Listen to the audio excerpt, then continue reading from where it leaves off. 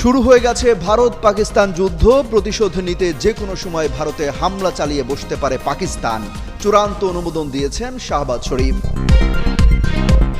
ভারতের গর্ব রাফাল যুদ্ধ বিমান গুড়িয়ে দিয়েছে পাকিস্তান। পাল্টা হামলা চালিয়ে নয়াদিল্লির বুকে কাঁপন ধরিয়েছে ইসলামাবাদ। ভারত পাকিস্তান যুদ্ধে প্রাণ যেতে পারে 12.5 কোটি মানুষের, এমনকি পরমাণু হামলা পর্যন্ত গড়াতে পারে এই যুদ্ধ। আগেই শঙ্কা করেছিল যুক্তরাষ্ট্রের গবেষকরা। যুদ্ধের প্রস্তুতি আগেই নিয়ে রাখতে বলেছিলেন ডক্টর মোহাম্মদ ইউনূস। কতটা প্রস্তুত বাংলাদেশ, সেই প্রশ্ন রয়েছে। ভারত পাকিস্তান যুদ্ধ পরিস্থিতি নিয়ে উদ্বেগ বাড়ছে বাংলাদেশের। গভীরভাবে পরিস্থিতি পর্যবেক্ষণ করা হচ্ছে, জানালো পররাষ্ট্র মন্ত্রণালয়।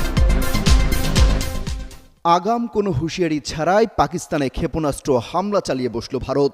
এতে রীতিমতো যুদ্ধ খেলা শুরু হয়ে গেছে। কয়েকদিন ধরে যে শঙ্কা দেখা দিয়েছিল সেটাই করে দেখালো নয়াদিল্লি। এতে পুরো দক্ষিণ পূর্ব এশিয়া একটি ঝুঁকির মধ্যে চলে গেল বলে শঙ্কা করা হচ্ছে। ভারতীয় গণমাধ্যমগুলো বলছে পাকিস্তানের 6টি স্থানে বিমান হামলা চালিয়েছে ভারত। এতে অন্তত 8 জন বেসামরিক নাগরিক নিহত এবং 33 জন আহত হয়েছেন। পাল্টা হামলায় পাকিস্তানের 4টি যুদ্ধ বিমান ভূপাতিত করার দাবি করেছে পাকিস্তানও। এছাড়া 2 দেশের সীমান্ত রক্ষীদের মধ্যেও ব্যাপক গোলাগুলি হয়েছে রাতে। বুধবার ভোরে এক সংবাদ ব্রিফিংয়ে আইএসপিআর জানায়, গত রাতে অকারণ এবং কাপুরুষোচিত আগ্রাসনে ভারত 6টি স্থানে মোট 24টি হামলা চালিয়েছে। জানানো হয়, মুজাফফরবাদে বিলাল মসজিদের কাছে হামলায় এক শিশু আহত হয়েছে এবং মসজিদের কাঠামো ক্ষতিগ্রস্ত হয়েছে। কোটলির আব্বাস মসজিদেও হামলা হয়েছে বলেও অভিযোগ করা হয়। আইএসপিআরের মহাপরিচালক জানান, পাকিস্তান সেনাবাহিনী এই ভিত্তিহীন আগ্রাসনের বিরুদ্ধে দৃঢ় ও ব্যাপক প্রতিক্রিয়া দিচ্ছে। তিনি বলেন, দেশের ও আন্তর্জাতিক গণমাধ্যমগুলোকে ঘটনাস্থলগুলো পরিদর্শনে নিয়ে যাওয়া হবে, যাতে বিশ্বের সামনে ভারতের নগ্ন আগ্রাসন উন্মোচিত করা যায়। এছাড়া পাকিস্তানের সার্বভৌমত্ব রক্ষার অধিকার সুরক্ষিত থাকবে এবং সেনাবাহিনী পাল্টা জবাব এরই মধ্যে দেয়া শুরু করেছে। অমিত হাসান রবিন, যুগান্তর নিউজ। ভারত যেভাবে পাকিস্তানের ভেতরে গিয়ে হামলা চালিয়েছে সেভাবে এখনও পাল্টা প্রতিশোধ নিতে পারেনি পাকিস্তান। যদিও ভারতের 5টি যুদ্ধ বিমান ভূপাতিত করেছে পাক সেনারা। এমন পরিস্থিতিতে ভারত যদি আবারও পাকিস্তানে হামলা করে বসে, তাহলে পাকিস্তান সেনাবাহিনীও আঙ্গুল চুষবে না, তারাও পাল্টা হামলা চালিয়ে জবাব দেবে। এ নিয়ে সর্বোচ্চ মহলের অনুমতিও পেয়ে গেছে পাকিস্তান সেনাবাহিনী। পাকিস্তান বলছে, জাতিসংঘ সনদের 51 অনুচ্ছেদের আওতায় তাদের আত্মরক্ষার অধিকার আছে। দেশটি হুঁশিয়ারি করে দিয়ে বলছে, সার্বভৌমত্ব লঙ্ঘন এবং বেসরকারি প্রাণহানির প্রতিশোধ নিতে নিজস্ব সময়, স্থান ও পদ্ধতিতে ভারতের হামলার জবাব দেওয়ার অধিকার তারা রাখে। ব্রিটিশ গণমাধ্যম বিবিসি বলছে, দেশটির সশস্ত্র বাহিনীকে প্রয়োজনীয় পদক্ষেপ গ্রহণের জন্য পূর্ণ অনুমোদন দেওয়া হয়েছে। প্রধানমন্ত্রী শাহবাজ শরীফের সভাপতিত্বে পাকিস্তানের জাতীয় নিরাপত্তা কমিটির এক বৈঠকের পর এই বিবৃতি দেওয়া হয়েছে। বিবৃতিতে পাকিস্তান ভারতের হামলার তীব্র নিন্দা জানিয়ে নিহতদের পরিবারের প্রতি সমবেদনা জানিয়েছে। এ সময় তারা দেশের ভূখণ্ড রক্ষায় ভারতের যে কোনো হামলার বিরুদ্ধে দৃঢ়ভাবে প্রতিরোধ গড়ে তুলতেও প্রতিজ্ঞাবদ্ধ হন। গত 22 এপ্রিল ভারত নিয়ন্ত্রিত কাশ্মীরের পেহেলগামে হামলার ঘটনায় 26 জন নিহত হয়। সেই ঘটনার পর টানা 11 দিন ধরে সীমান্তে পাল্টাপাল্টি হামলা চলছিল। গত রাতে সেই উত্তেজনা যুদ্ধ পর্যন্ত গড়ায়। অমিত হাসান রবিন, যুগান্তর নিউজ।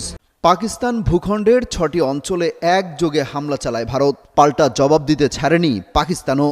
দেশটির প্রতিরক্ষা মন্ত্রী খাজা আসিফের দাবি, ভারতের মিসাইল হামলার জবাবে দেশটির 5টি যুদ্ধ বিমান ভূপাতিত করেছে তাদের সেনাবাহিনী। এছাড়া পাকিস্তানের আইএসপিআর জানায়, পাঞ্জাব ও আজাদ কাশ্মীরের শহরগুলোতে ভারতের হামলার পর পাকিস্তানের সশস্ত্র বাহিনী প্রতিশোধমূলক হামলা চালিয়েছে 5টি ভারতীয় ফাইটার জেটে। একটি ড্রোন ও ব্রিগেড সদর দপ্তর ধ্বংস করে দিয়েছে। জানানো হয়, অভিযানে অংশ নেওয়া পাকিস্তানের বিমান বাহিনীর সমস্ত যুদ্ধ বিমান নিরাপদে রয়েছে। ভারতীয় বিমান বাহিনীর ধ্বংসপ্রাপ্ত জেটের মধ্যে 3টি ফ্রান্সের তৈরি রাফাল, রাশিয়ার তৈরি একটি Su-30 MKI এবং একটি MiG-29 রয়েছে বলেও জানায় পাকিস্তান। ভারত বলছে, কাশ্মীরে যে সন্ত্রাসী গোষ্ঠী হামলা চালিয়েছিল তাদের অবস্থান লক্ষ্য করে চালানো হয়েছে অভিযান। ভারত এই সামরিক অভিযানের নাম দিয়েছে অপারেশন সিঁদুর। ভারতের আক্রমণের নিন্দা জানিয়েছে পাক সামরিক মুখপাত্র। তিনি বলেন, আমাদের বিমান বাহিনীর সমস্ত বিমান আকাশে উঠছে। এটি একটি লজ্জাজনক এবং কাপুরুষোচিত আক্রমণ যা ভারতের আকাশসীমার ভেতর থেকে চালানো হয়েছে। তাদের কখনোই পাকিস্তানের আকাশসীমায় অনুপ্রবেশ করতে দেয়া হয়নি। অমিত হাসান রবিন, যুগান্তর নিউজ। কাশ্মীর বিরোধের জের ধরে ভারত ও পাকিস্তান পারমাণবিক যুদ্ধে জড়িয়ে পড়বে। তাৎক্ষণিকভাবে প্রায় 12.5 কোটি মানুষের প্রাণহানি ঘটবে। এর ফলে জলবায়ুর উপর যে বিরূপ প্রভাব পড়বে তাতে অনাহারে মারা যাবে আরও বহু কোটি মানুষ, যার সূত্রপাত হবে ভারত আগে পাকিস্তানের কাশ্মীরে হামলা চালাবে।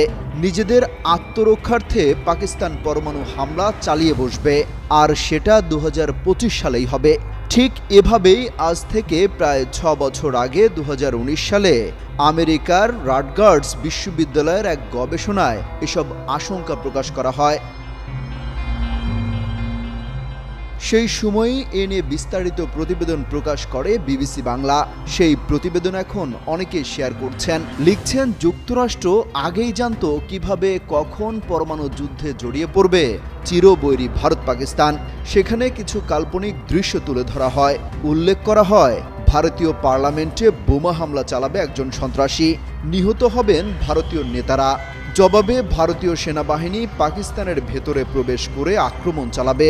নিজেদের রক্ষার্থে পারমাণবিক বোমা ব্যবহার করবে পাকিস্তান। এরপর ভারতও তাদের পারমাণবিক বোমা ব্যবহার করবে। দুই দেশই তখন তাদের কাছে যত পরমাণু অস্ত্র আছে সেসব নিয়ে যুদ্ধে জড়িয়ে পড়বে। সেই সময় আরেকটা দৃশ্যও কল্পনা করা হয়। বলা হয়, কাশ্মীরে আক্রমণ করবে ভারত, তারপর শুরু হয়ে যাবে পারমাণবিক যুদ্ধ। তবে দুই দেশই যদি বিচার বুদ্ধি সম্পন্ন নেতারা ক্ষমতায় থাকেন তাহলে হয়তো এরকম কিছু হবে না, এবং এ কারণেই এখন পর্যন্ত সেরকম কিছু হয়নি বলেও ওই 2019 সালে আভাস দেওয়া হয়েছিল। কিন্তু এরকম আরো নানা রকমের কাল্পনিক দৃশ্য তৈরি করা যায়, যার ফলে পরিস্থিতি নিয়ন্ত্রণের বাইরে চলে যেতে পারে। এরকম এক বিপর্যয়ের ধারণা দিতে গিয়ে বলা হয়, 2025 সালে দক্ষিণ এশিয়ার পরমাণু শক্তিধর এই দুটো দেশের মধ্যে যুদ্ধ লেগে যেতে পারে। 1998 সালে ভারত ও পাকিস্তান আণবিক বোমা পরীক্ষা চালিয়েছে। এরপরে গত 26 বছর চলে গেছে। এর মধ্যে কার্গিল যুদ্ধ হয়েছে ঠিকই, কিন্তু সে সময় এবং তারপর থেকে কখনোই আণবিক বোমার ব্যবহারের কথা ওঠেনি। কিন্তু এখন ঠিকই পরমাণু হামলার কথা বারবার সামনে আসছে। এতে শঙ্কা বাড়ছে গোটা দক্ষিণ পূর্ব এশিয়াতে। অমিত হাসান রবিন, যুগান্তর নিউজ। ভারত পাকিস্তানের মধ্যে রীতিমতো যুদ্ধ শুরু হয়ে গেছে। চলছে হামলা পাল্টা হামলা। ভারতের অপারেশন সিঁদুর চালানোর জেরে গোটা অঞ্চল এখন যুদ্ধের ঝুঁকিতে চলে গেছে বলেও শঙ্কা করা হচ্ছে। পরিস্থিতি এমন হবে আজ করতে পেরে আগেই বাংলাদেশকে প্রস্তুতি নিয়ে রাখার বার্তা দিয়েছিলেন প্রধান উপদেষ্টা ডক্টর মোহাম্মদ ইউনূস।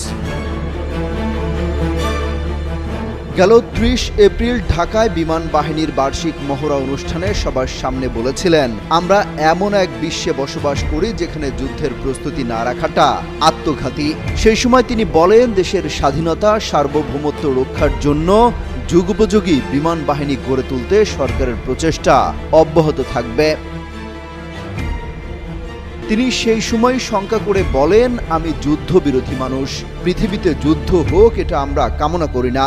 যুদ্ধ প্রস্তুতি অনেক সময় যুদ্ধের দিকে নিয়ে যায়, কাজেই যুদ্ধ প্রস্তুতি নিয়েও একটা ঘোরতর আপত্তি। কিন্তু এমন বিশ্বে আমরা বাস করি, প্রতিনিয়ত যুদ্ধের হুমকি আমাদের ঘিরে থাকে। তো সেখানে প্রস্তুতি না নিয়ে থাকাটা অসম্ভব হয়ে পড়ে। কাজেই এই পরিস্থিতির মধ্যে যুদ্ধের প্রস্তুতি না নেওয়াটা আত্মঘাতী। প্রস্তুতি নিতে হলে আধা আধি প্রস্তুতির কোনো জায়গা নাই। এখন প্রশ্ন হলো, ভারত পাকিস্তানের এই যুদ্ধে কতটা প্রভাব ফেলবে বাংলাদেশের উপর, আর বাংলাদেশ সেই প্রভাব মোকাবেলায় কতটা প্রস্তুত, কি অবস্থানই বা থাকবে বাংলাদেশ সরকারের। এ নিয়ে অবশ্য আনুষ্ঠানিক এখনো কোনো প্রতিক্রিয়া আসেনি। তবে 1971 সালের মহান মুক্তিযুদ্ধের পর থেকেই বরাবরই যে কোনো যুদ্ধের বিপক্ষে অবস্থান নিয়ে এসেছে বাংলাদেশ।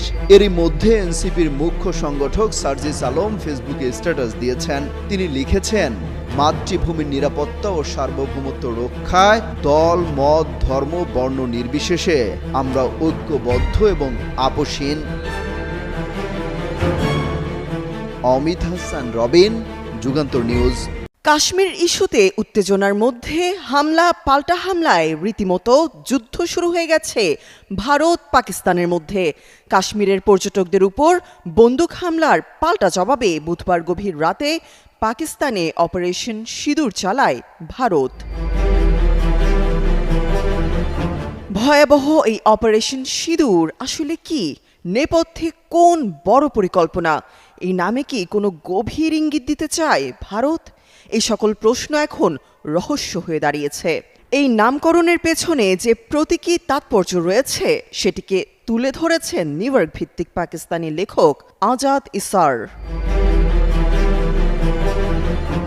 সামাজিক মাধ্যম এক্সে আজাদ লেখেন, যমুনা স্মার্ট রেফ্রিজারেটর, স্মার্ট লাইফে স্মার্ট রেফ্রিজারেটর। ভারত অপারেশন সিঁদুর নামকরণ করেছে। এর প্রতীকী অর্থকে অবহেলা করা উচিত নয়।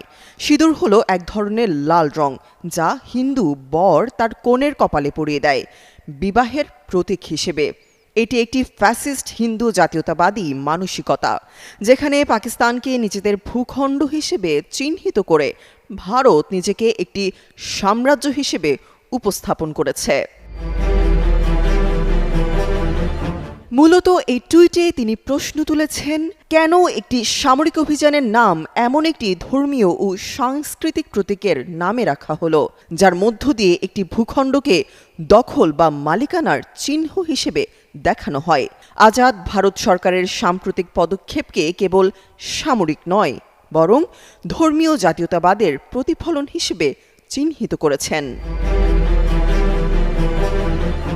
সামাজিক মাধ্যম ফেসবুকে আজাদ ইসার টুইটার শেয়ার করে তিনি লেখেন, গবেষণা করেছি, এতটুকু নিশ্চিতভাবে বলা যায়, হিন্দুত্ববাদীরা পুরো উপমহাদেশে আধিপত্য বিস্তারে স্বপ্ন দেখে।